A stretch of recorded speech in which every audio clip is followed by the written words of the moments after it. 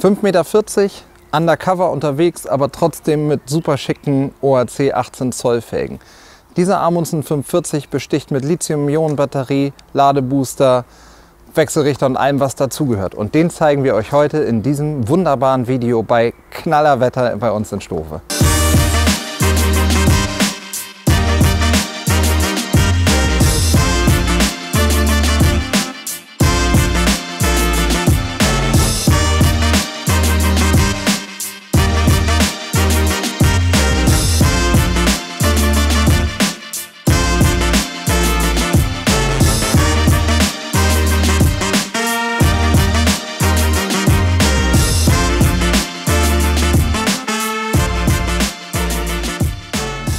Herzlich willkommen bei einem weiteren Video von Togo Reisemobile. Heute zeige ich euch den Westfalia Amundsen 540D aus dem Modelljahr 2020. Aber bevor wir loslegen, denkt dran, unter dem Video den Abonnieren-Knopf zu drücken, dann auf die Glocke zu klicken, damit ihr auch in Zukunft für alle weiteren Videos Infos bekommt, wenn es weitergeht. Ja, was haben wir hier? Es ist ein Westfalia Amundsen 540, aktuelles Modelljahr, außen in weiß, und die Aufgabe bei diesem Auto war, super schick, möglichst unauffällig, technisch möglichst unabhängig zu werden. Und genau das haben wir hier alles umgesetzt. Wie haben wir super schick umgesetzt? Na, von außen relativ einfach zu erkennen. Wir haben die Felgen, die ihr ja aus ein paar anderen Videos auch schon kennt. Das sind die klassischen ORC Typ 22 Felgen. Hier haben wir die mit einer AT-Bereifung. Das ist der General Grabber AT3 Reifen genommen. Der hat auch eine Ganzjahrestauglichkeit und passt, glaube ich, diesem Auto sehr, sehr gut.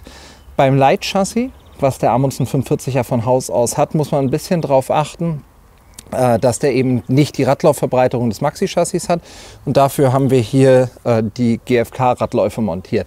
Das haben wir an allen Rädern rundherum gemacht. Anders bekomme ich bei dem Leitchassis die 18 Zoll Felgen nicht eingetragen. Warum 18 Zoll Felgen? Das haben wir zwar immer mal wieder gesagt, aber es ist halt ganz klar so, mit den Serienreifen fahrt ihr 5,5 Bar Luftdruck, damit ist es relativ hart.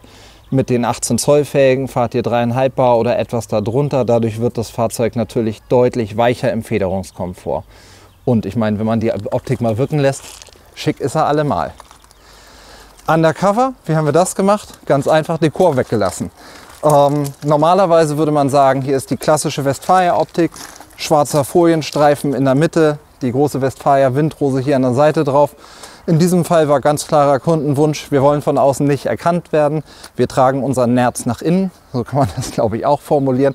Und von außen soll es einfach aussehen wie ein normales Wohnmobil, aber gar nicht zu erkennen sein, ob Selbstausbau oder Markenhersteller. Der Amundsen, den gibt es ja in verschiedenen Längen. Das, was ihr hier seht, ist 5,40 Meter, also der kürzeste Wagen, den es davon gibt. Und ich glaube, dass Westfalia in diesem Bereich der 540er einfach einen sehr, sehr guten Kompromiss findet aus Bettgröße, Sitzgruppe und Nasszelle.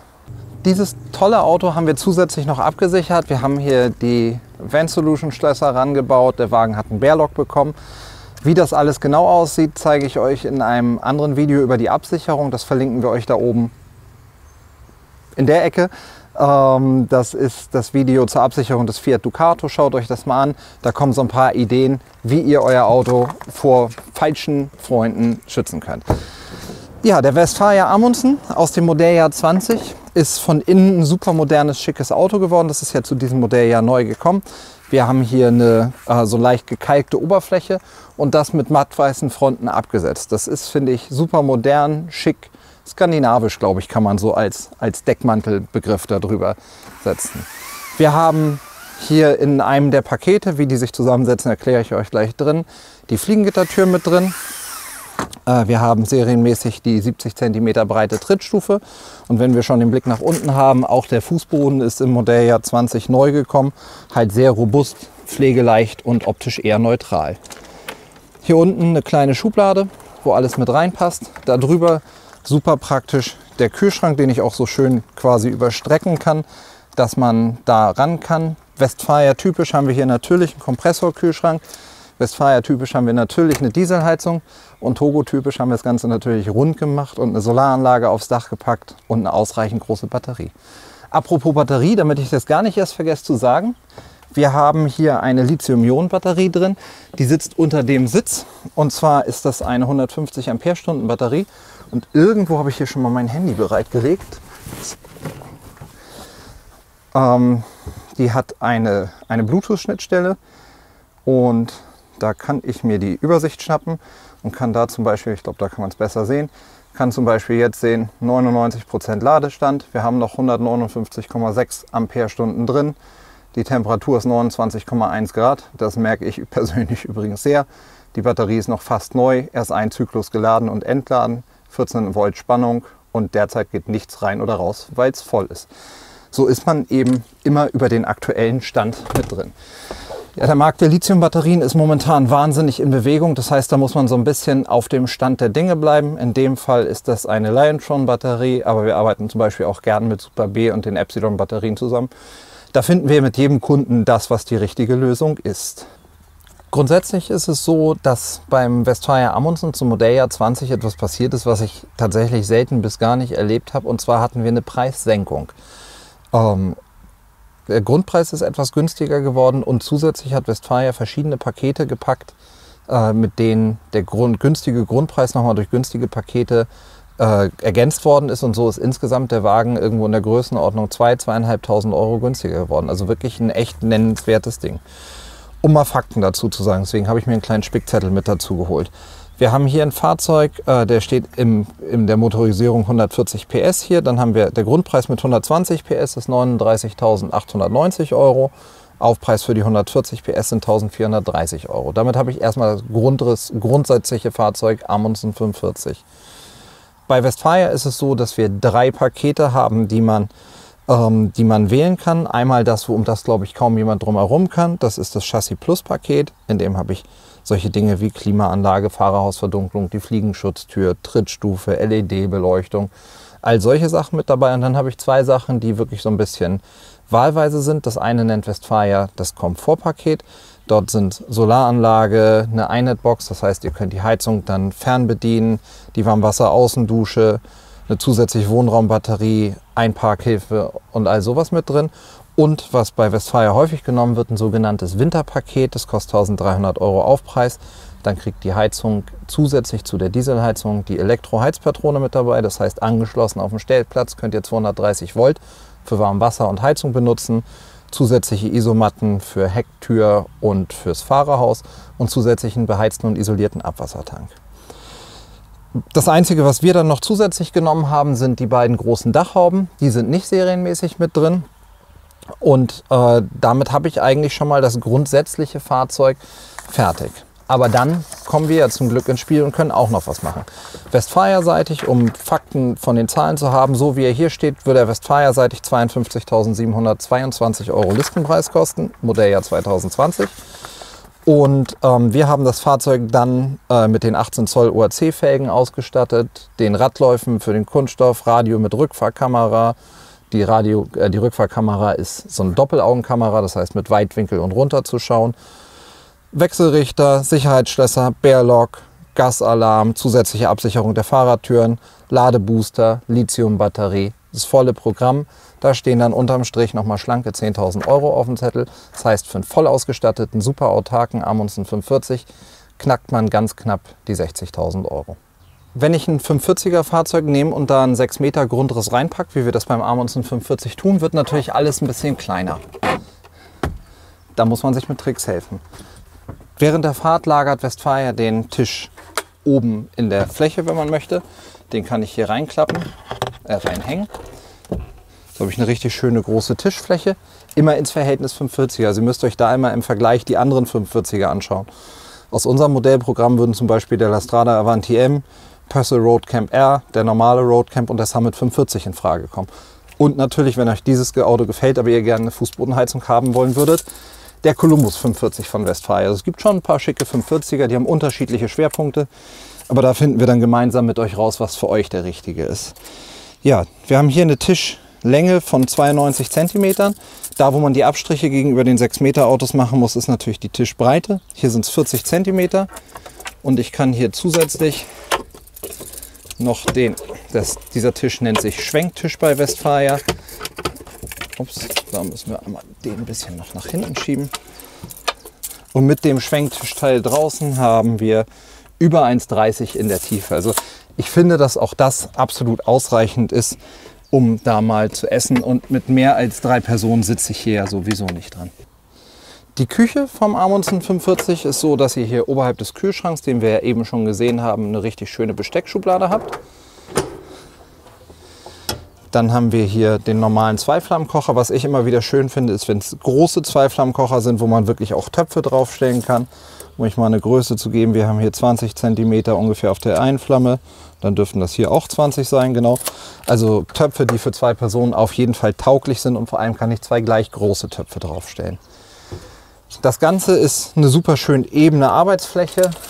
In dem Gesamtpaket hier 1,16 bis nach hinten und für mich auch irgendwie eine angenehme Höhe, weil man hier gut arbeiten kann. Und was ich immer schön finde, ist, dass hier keine Kanten sind. Das heißt, wenn ich irgendwie was abwischen will, kann ich das einfach so in die Arbeitsfläche rein oder in das Waschbecken reinwischen. Was Westfalia immer relativ geschickt macht, ist Raumgefühl mehr Platz zu geben als Stauraum im Eigentlichen. Da, wo ihr oft hier Schrankelemente findet, die nach vorne ziehen, lässt Westfalia einfach alles offen. Und dadurch ist alles, wo ich mich irgendwie dran stoßen könnte, hier weg. Ich habe die wichtigen Sachen, kriege ich hier rein in die offenen Ablagen. Das kann ich ein bisschen nett dekorieren oder Gewürze oder sowas drin haben. Und habe dann eben als Stauraum im Küchenblock trotzdem noch die großen Schubladen. Das sind hier 3 an der Zahl. Und wenn ich meine Füße aus dem Weg kriege, hier noch einen. Und hier einen großen Schrank. Das ist jetzt Westfalia-seitig vorgesehen als Kleiderschrank. Da können wir aber natürlich auch Böden reinmachen, dass ihr vernünftig die Sachen legen könnt.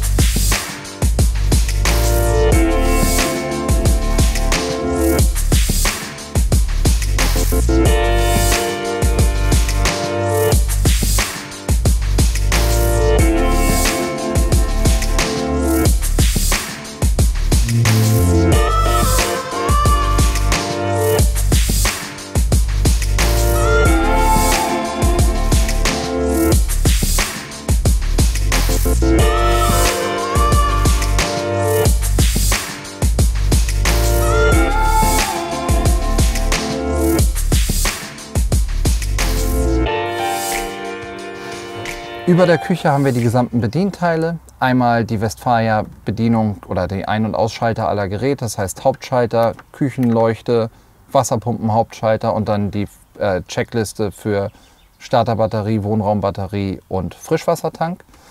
Hier daneben, das gehört nicht original zu Westfalia, ist das Bedienteil von dem Wechselrichter, den wir eingebaut haben. Hier in dem Fahrzeug werden E-Bikes mitgenommen und da haben wir dann die Möglichkeit, die Akkus auch während der Fahrt zu laden. Wechselrichter können wir einbauen von ungefähr 150 Watt in der kleinsten Stufe bis 1800 Watt in der größten Stufe. Man muss immer nur gucken, dass das Verhältnis Solaranlage, Wechselrichter, Batterien gut passt. Aber das kläre ich dann mit euch bei der Bestellung des Autos, dass man das Richtige findet. Und hier daneben das Truma-Bedienteil. Da kann ich eben, weil das Winterpaket hier mit drin ist, hier zum Beispiel wählen zwischen Diesel, also Fuel, oder Elektro mit ganzer oder halber Kraft, seht ihr da oben an den Blitzen, und das Ganze kann ich auch kombinieren. Und so kann ich eben, wenn ich frei stehe, nahezu unbegrenzt mit Diesel heizen. Stehe ich auf einem engen Stellplatz und sage, jetzt will ich meinem Nachbarn nicht unbedingt so eine kleine Wolke auf den Tisch pusten, schalte ich auf Vollelektro um und bin absolut geruchsneutral unterwegs. Gegenüber der Küche haben wir die tolle Sitzbank. Zum einen hat die mit den seitlichen Polstern, hier gibt euch richtig ein bisschen Seitenheit, und die Sitzfläche ist auch deutlich tiefer als bei vielen anderen Herstellern bei den 540ern. Was ich immer wieder positiv finde, ist, dass das fest aufgepolstert ist und damit eben kein Kissen rumrutschen kann. Was ebenfalls clever gelöst ist, ist, dass ich die Bank hier aufklappen kann. Dann komme ich an ein Außenstaufach. Da hat Westfalia ein richtig tolles Fach draußen. Beim Kastenwagen habe ich ja normalerweise immer nur das Fach im Heckstauraum. Hier habe ich noch ein seitliches Staufach, und was ihr da in der Ecke mit drin seht, ist in diesem Fall die Warmwasser-Außendusche. Das heißt, wenn ihr euch duschen wollt, einfach Klappe auf, Duscharmatur dran und auf der Rückseite des Autos mit Warmwasser duschen. Der Rest des Faches ist für die Heizung reserviert. Das heißt, ich habe auch für die Wärmeverteilung der Heizung eigentlich einen optimalen Platz. Da, wo ich wohne, wird es als erstes warm, und hinten im Stauraum, wo ich die Wärme nicht so brauche, kommt es ein bisschen später an. Direkt im Anschluss hier hinten dran haben wir die Nasszelle. Das ist eine normale Nasszelle, wie sie beim 540er üblich ist. Westfalia setzt immer ganz klar auf eine Tür, ein separates Waschbecken. Da kann ich natürlich auch hier drinnen duschen. Und anders als die meisten Hersteller habt ihr bei Westfalia keinen umlaufenden Vorhang, sondern nur einen Vorhang, der zum Gang hin absichert sozusagen. Das heißt, der Rest wird nass, aber dadurch habe ich natürlich ein bisschen mehr Bewegungsfreiraum und bleibt nicht hängen. Die Duschwanne ist, glaube ich, inzwischen Standard, aber trotzdem praktisch, hat 2 Abläufe. Das heißt, egal wie ihr steht, läuft das Wasser immer vernünftig ab. In der Duschkabine haben wir eine Stehhöhe von 1,85. Im normalen Wohnraum, mal gucken, ob ich hier an allem perfekt, haben wir eine Stehhöhe von knapp 1,91. Hat man ja auch eben gesehen, ich bin 1,92, ich stehe nicht ganz aufrecht. Ja, was ich fast vergessen hätte, irgendwie eine niedliche Idee. Das ist ein Relikt aus alten James Cook Zeiten. Der hatte schon immer sein, wenn man reingekommen ist, links von der Schiebetür den Regenschirm. Fand ich früher schon cool. Auch so habt ihr jetzt hier im Amundsen 540 einen Platz für einen Regenschirm. Der wird natürlich auch ab Werk mitgeliefert. Alles im Preis mit drin, all inclusive. Ja, ansonsten die Nasszelle, denke ich, einfach auch für große Menschen praktischer, als man denkt. Ich gebe euch mal einen kleinen Eindruck, was ist, wenn ich auf Klo sitze. Oh, jetzt sitze ich auf dem Mikro. Also, ich drehe das hier ein bisschen, dann passe ich hier von den Beinen gut rein und dann kann ich die Tür wunderbar zumachen. Es ist jetzt nicht unendlich groß, aber für mich absolut ausreichend. Sicherlich nichts für 3 Stunden Zeitung lesen. Ansonsten habe ich hier einen Spiegel, die schöne LED-Beleuchtung und natürlich auch eine kleine Dachhaube oben mit drin, dass die Feuchtigkeit schnell nach oben abziehen kann. Eins der Riesen-Highlights vom Amundsen 540 von Westfalia ist, und das ist ein typisches Westfalia-Phänomen, ist, dass wir durch dieses konsequente Ausrichten auf Dieselheizung und Kompressorkühlschrank sehr wenig Gas brauchen. Bei diesem Fahrzeug nämlich nur den kleinen Kasten dort hinten. Da passt eine 2,8 Kilo Flasche rein. Und das hat den netten Nebeneffekt, dass ich hier hinten richtig aufräumen kann und einfach unendlich viel Stauraum drin habe. Da wo andere Autos auf der einen Seite Frischwassertank und auf der anderen Seite den Gaskasten haben, kann ich eben hier in alle Richtungen reinladen. Und ich glaube, im Bereich der 540er dürfte das Benchmark sein. Von der Ladetiefe, ich mache mal wieder den Deckel drauf, dann kann ich auch die Höhe gleich mitmessen.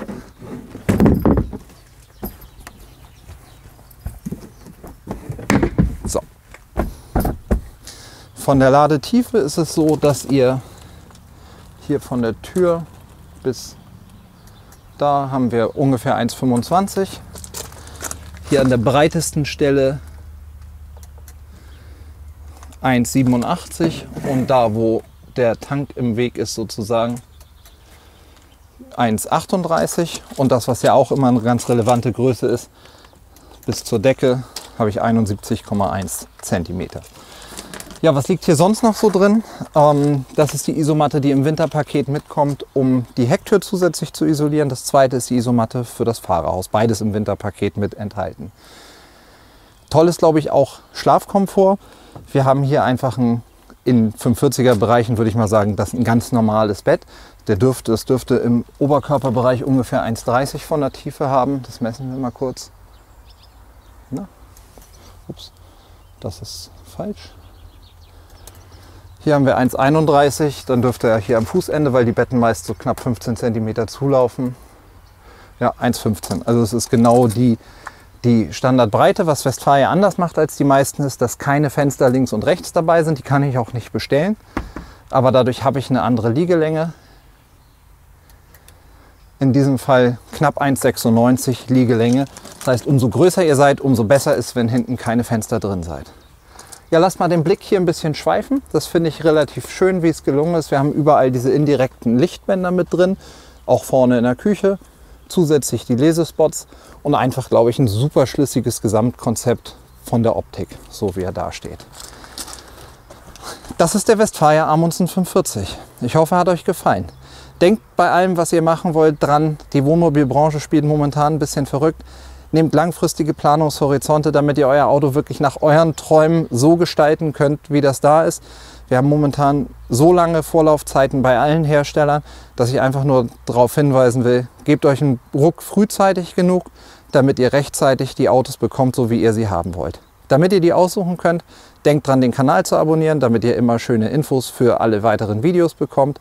Lasst einen Daumen da, und einen Daumen nach oben natürlich da, wenn euch das Video gut gefallen hat. Und viel Spaß bei allen weiteren Videos. Bis bald!